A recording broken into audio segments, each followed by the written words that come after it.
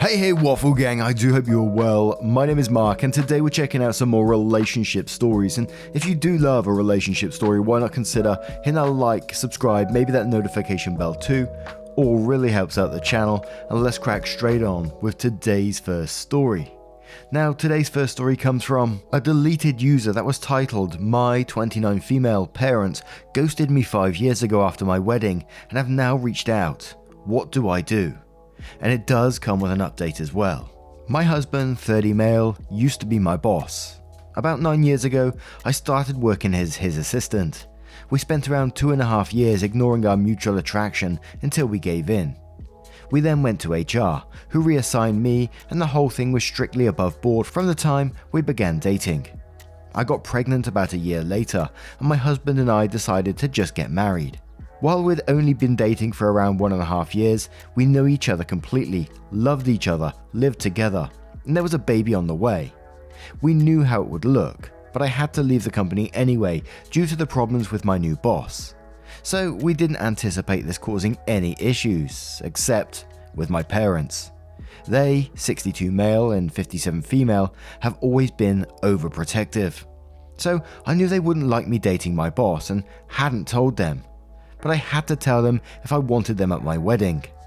We decided to be mostly honest with them about how it was strictly professional until it wasn't.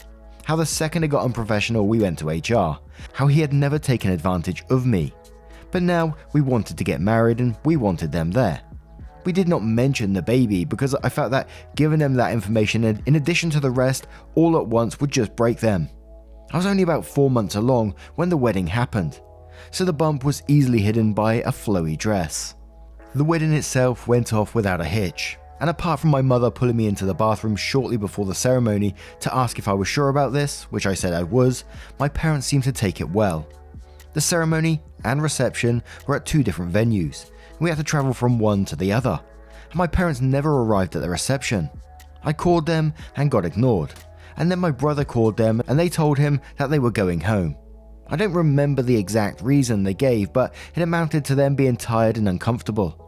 I tried contacting them after the wedding, but found that I was blocked on everything except email, which I used to send them a long letter essentially saying that I'm an adult who made an adult choice and I hope they can respect that. 5 years later, I have not heard from my parents since my wedding. My husband and I are not big on social media in general, but I recently posted something for our 5th anniversary, in which I mentioned our 2 kids and a third on the way. Within a month of making this post, my parents left a voicemail saying they saw the post and, having no idea that they had grandchildren previously, now want to meet them. I haven't responded, and there have been a few follow-ups since then asking why I haven't. I don't know what to do, but my gut instinct is 5 years is too long. And it's about the kids, not about them respecting my choices or relationship. However, I can't help but feel that I'm being unfair, and my brother agrees, because I told them in my email that if they could learn to respect my choice in my marriage eventually, then we could talk. And now I'm retroactively applying a time limit. Edit. Can't find a way to work this in organically, but my husband is not white. I am, as are my parents. I don't think this is a race thing or that my parents are racist, and neither does my husband. And we don't understand why they would want to meet our mixed race children if they were racist. But this element is gnawing at me. Should I reach out to them? If I did, how would we go about rebuilding the relationship? Now, I can't blame you for the way you're feeling in this situation because it purely does feel like they're coming back into your life now because of the grandchildren, that's it. They haven't changed their opinion on you or anything like that. It's just that they want back in your life now to be in touch with those grandchildren. And I mean, it's totally going to be up to you whether you want these people back in your life or not, but to sort of abandon their child on their wedding day and they go no contact for 5 years, that's no small thing, is it? And it sounds like when they first got back in touch, you wanted to meet the grandchildren, they didn't apologize for anything or anything like that. So yeah, I'm not sure if I'd want to meet those people again, but I know it's incredibly difficult as well. But before we go on to that update, Laylee Bean says, "How could you ever trust them not to abandon your kids if they did something unauthorized? They've shown that they aren't willing to be loving. You can't trust people who don't know how to love." And this next comment may give us a bit more additional information. Unfortunately, we couldn't see OP's comments because it was a deleted account, but K-Sim said, "You've buried the lead in your comments here. The piece of the missing puzzle is being named for your older sister who died before you were born. It sounds like you were a replacement child and they dumped you because you were no longer doing what they wanted, especially with the added info of them talking a lot about your wedding day. They imagined your life a lot. It's honestly nothing to do with your husband being your boss in my opinion, and just to do with the fact it's not what they imagined for you. The fact they want to show up now, they realize there is another little girl apparently with the same name is a bit of a red flag. You were put in an impossible situation, born to replace a person that only existed for a brief period. She always did what she was told. She always loved your parents first, etc, etc. And then shared a link about are you a replacement child, and it says read this, see how it fits.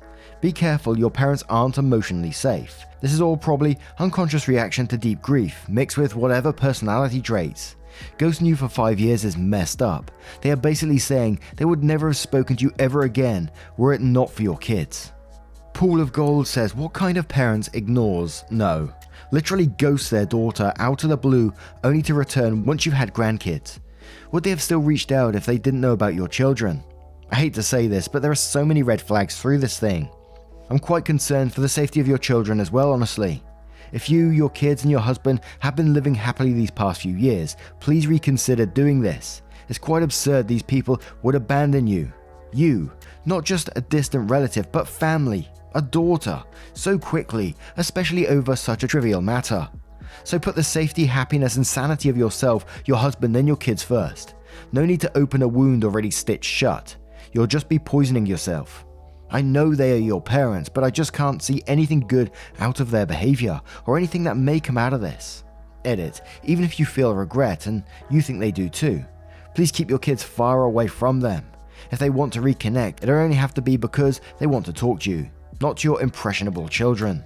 No need to tell your kids about this also. I genuinely have a terrible feeling about this in particular. The Mirror's Truth says, do you think you'll regret not reaching out? I would think it's 100% up to them to rebuild their relationship with you, and you decide if it's enough.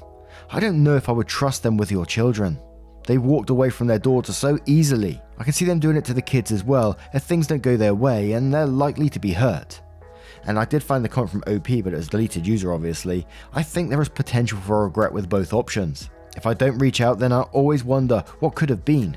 But if I do reach out, then they could be amazing. Say and do all the right things, and my life will be better for it.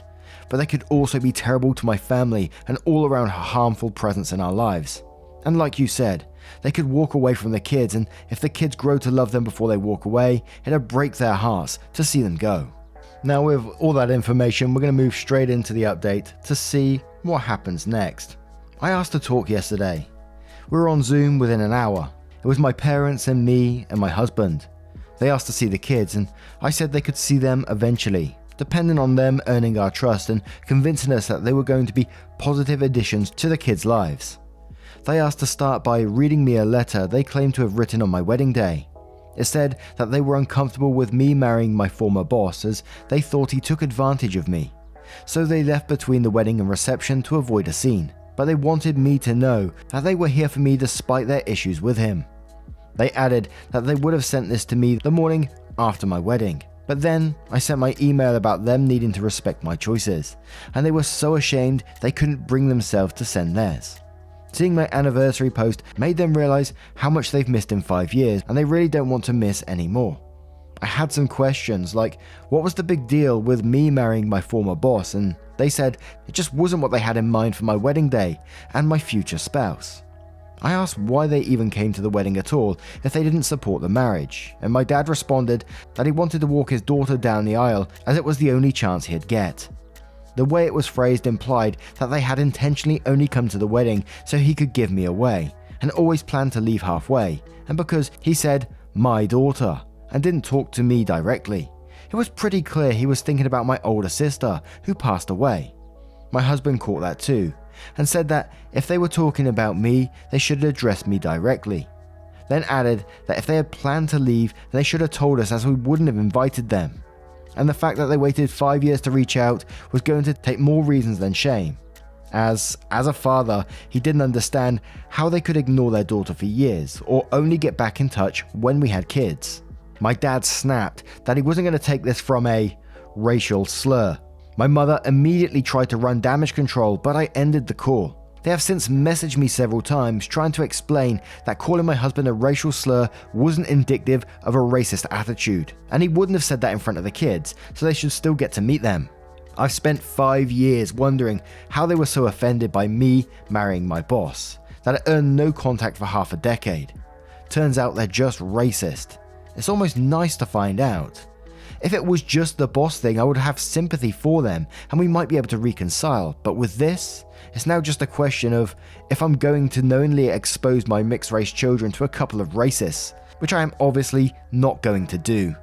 You know, the whole way through that story, I was like, surely it can't be just about the whole boss thing, and obviously it wasn't by the time we got to the update. And something that jumped out to me in that update when OP said at the end there, you know, it's almost nice to find out, because like I just said, I was confused about why the hell would it just be about, you know, getting involved with the boss or whatever. But it must be sort of some sort of relief maybe to get the closure on that, and you know, now you know for sure that you can just cut them out your life because yeah, they really are that shitty. But anyway, what do you guys make of this one? Let me know your thoughts in the comments below, and we'll move on to another story. And our next story, I spotted this one and it sounded a bit different from the usual, so thought we'd cover it. It's from a throwaway account titled, "My 25 female husband, 26 male, won't stop doing YouTube eating challenges." I'm just going to put a warning out there in case you would like to skip this particular one as well. There will be mentions of eating disorders, so just want to give you that warning just in case. My husband has been doing these challenges for about a year and a half. It's his main hobby. He picked it up when watching a lot of YouTube during quarantine. It basically involves eating a huge amount of food as fast as possible. There's a bunch of YouTubers he watches whose videos are along the lines of 100 chicken nuggets in 1 minute. Eating 30 McDonald's hamburgers, ramen with extreme spiciest sauce in the world. I'm making those up, but it's like that. They're done very dramatic to get views. When my husband copies these, it's usually him ordering a massive amount of fast food from a delivery app, like enough to feed several people. He's also done it with candy and baked desserts. Whatever the food is, he lays it all out on the table and just gorges as fast as he can. The living room will be covered in trash by the time he's done. Afterwards, he feels sick for hours. He's thrown up many times. I've been seriously scared sometimes that he needed to go to the hospital because of the amount of pain he was in. He always insists he doesn't. I can't make him, so there's nothing to do but give him Pepto and watch him suffer. I'm scared every time he does it that he could rupture something inside or get a blockage. The throwing up, that often is also terrible for him. Not to mention the amount of garbage it produces is awful. The living room is just never clean. Even if he throws out all the wrappers and containers, there will be crumbs, stains, food spilled on the couch and floor, and the mess draws ants. The table is permanently sticky and the couch permanently stained. We've had roaches for months. Besides the health problems, the worst thing he does is when I'm trying to work. I'm in my office a wall away and can hear everything. He narrates what he is doing loudly and dramatically while filming for YouTube, which is super distracting. It makes my anxiety skyrocket because I know in an hour he's going to feel like shit and be in pain. Then I can't work until I make sure he's okay. There are many times I need to speak in a meeting and my audio background noise setting can't quite eliminate the noise he's making. I've had to play it off as people being loud outside my house. I'd be so embarrassed if anyone found out what's actually happening. He's gained maybe 50 pounds. He'd talk about his weight, baffled at how it could have happened. When I pointed out how much junk food he consumes, he says it can't be that because he fasts for days afterwards to make up for it. The whole thing is so unhealthy. We both want to have kids, but he has no plans to stop doing this, even once we're parents. He has no plans to stop at all, in fact. I don't know what to do. I really want him to stop. It's so bad for him and incredibly stressful for me. I've already tried to get him interested in other hobbies with me. Nothing stuck so far.